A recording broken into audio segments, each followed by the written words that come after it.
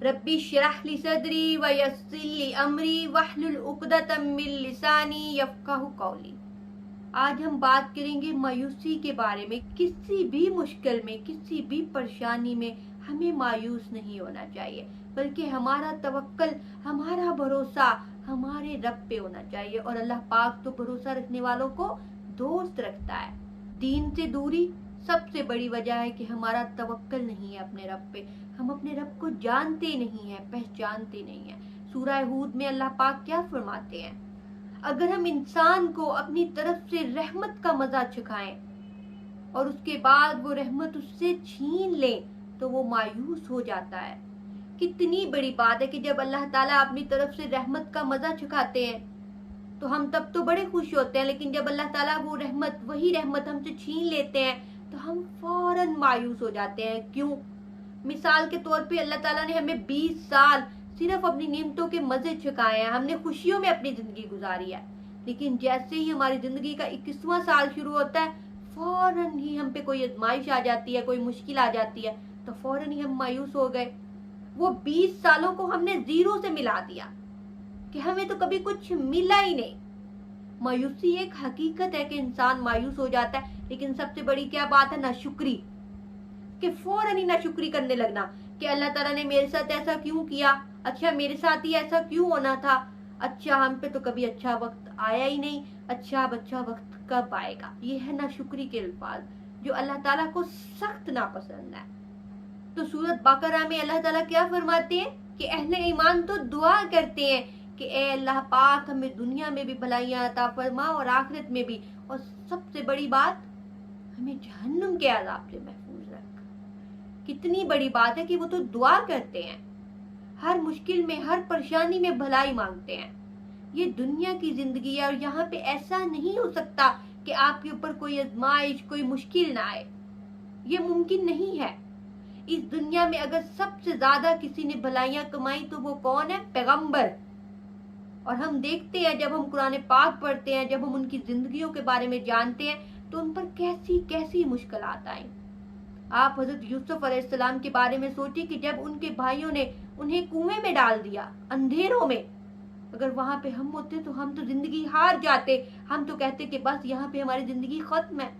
तो अल्लाह ताला ने कैसी तदबीर की? अल्लाह ताला ने उन्हें मिस्र का बादशाह बना दिया। और आप सल्लल्लाहु अलैहि वसल्लम को कैसे, किन हालात में मक्का छोड़ना पड़ा? क्या आपको रातों रात अपना घर छोड़ना पड़े तो आपको कोई मुश्किल नहीं होगी, कोई तकलीफ नहीं होगी, किसी परेशानी का सामना नहीं होगा। लेकिन हमारे प्यारे नबी हजरत मोहम्मद सल्लल्लाहु अलैहि वसल्लम को कैसे अपना घर छोड़ना पड़ा, उस शहर को छोड़ना पड़ा जहाँ पे वो पले बड़े हुए। लेकिन तब आप सल्लल्लाहु अलैहि वसल्लम को नहीं पता था कि इसी मक्का को फतह किया जाएगा। हर मुश्किल के बाद आसानी है, हर मुश्किल आसानी के साथ जुड़ी है। क्या रात के बाद सुबह नहीं होती? क्या अंधेरों के बाद रोशनी नहीं आती? क्या मुश्किल को मौत नहीं आएगी? हमें मौत आ जाएगी, क्या मुश्किल खत्म नहीं होगी? उससे मौत नहीं आएगी? उसे भी आएगी। तो अल्लाह पे भरोसा रखो, अल्लाह पे यकीन रखो। जब हजरत इब्राहिम अलैहिस्सलाम को आग में फेंक दिया गया तो उन्होंने क्या कहा? हस्बुनल्लाहु व निअमल वकील, ए अल्लाह तू मेरा कारसाज है, मैं तुझ पे भरोसा करता हूँ, तू ही मेरी मदद फरमा। तो हमारी मुश्किलें इनसे बड़ी तो नहीं हो सकती ना।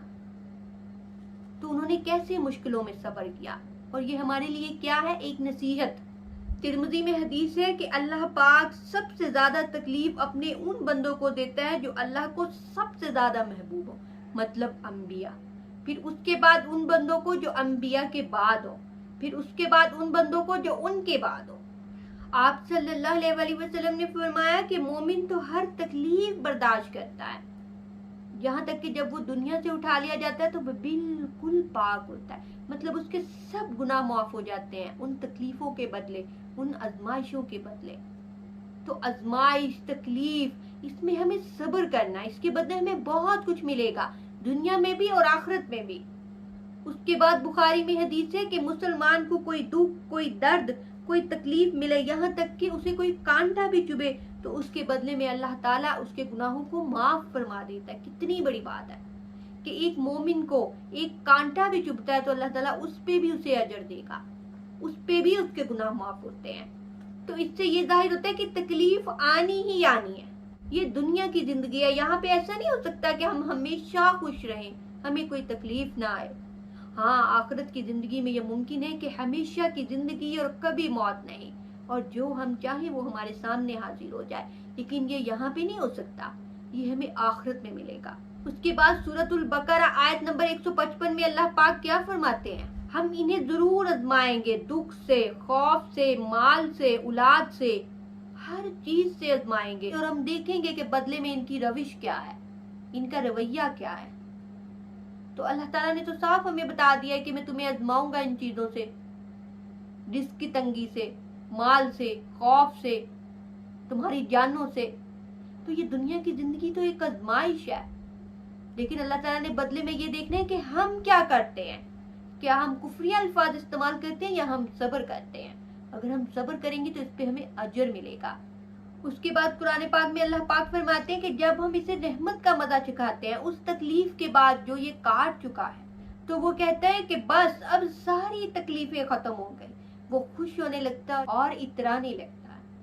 मतलब ये बात तो ठीक है कि वो खुश हुआ और उसने कहा कि मेरी सारी तकलीफें खत्म हो गई, लेकिन दूसरा पहलू कि वो इतराने लगता है। ये चीज अल्लाह ताला को नापसंद है। जब अल्लाह ताला उससे नेमत छीन लेते हैं तो वो नाशुक्री करने लगता है, और जब अल्लाह ताला तकलीफों के बाद नेमत को नवाजते हैं तो क्या करता है, अकड़ के चलने लगता है, इतराने लगता है, कहता है कि बस अब मैं ही हूं, अब और कोई नहीं है, मेरे पे तो कभी कोई गम कोई परेशानी आई नहीं, फौरन भूल जाता है। अल्लाह ताला ने खुशी में नाशुक्री को, इतराने को नापसंद किया है, और तकलीफ में नाशुक्री को, मायूसी को नापसंद किया है। तो अल्लाह ताला हमें मायूसी से महफूज रखे कि हम मायूस हो उस जात से जो पूरी कायनात का बादशाह है, जो खालिक और मालिक है, जिसके इतने खजाने हैं कि शायद हम अपने गुमान में भी नहीं ला सकते। तो अल्लाह ताला हमें दुनिया और आखिरत दोनों में कामयाबियां नसीब फरमाए और हमें जहन्नुम के अजाब से महफूज रखे। आमीन।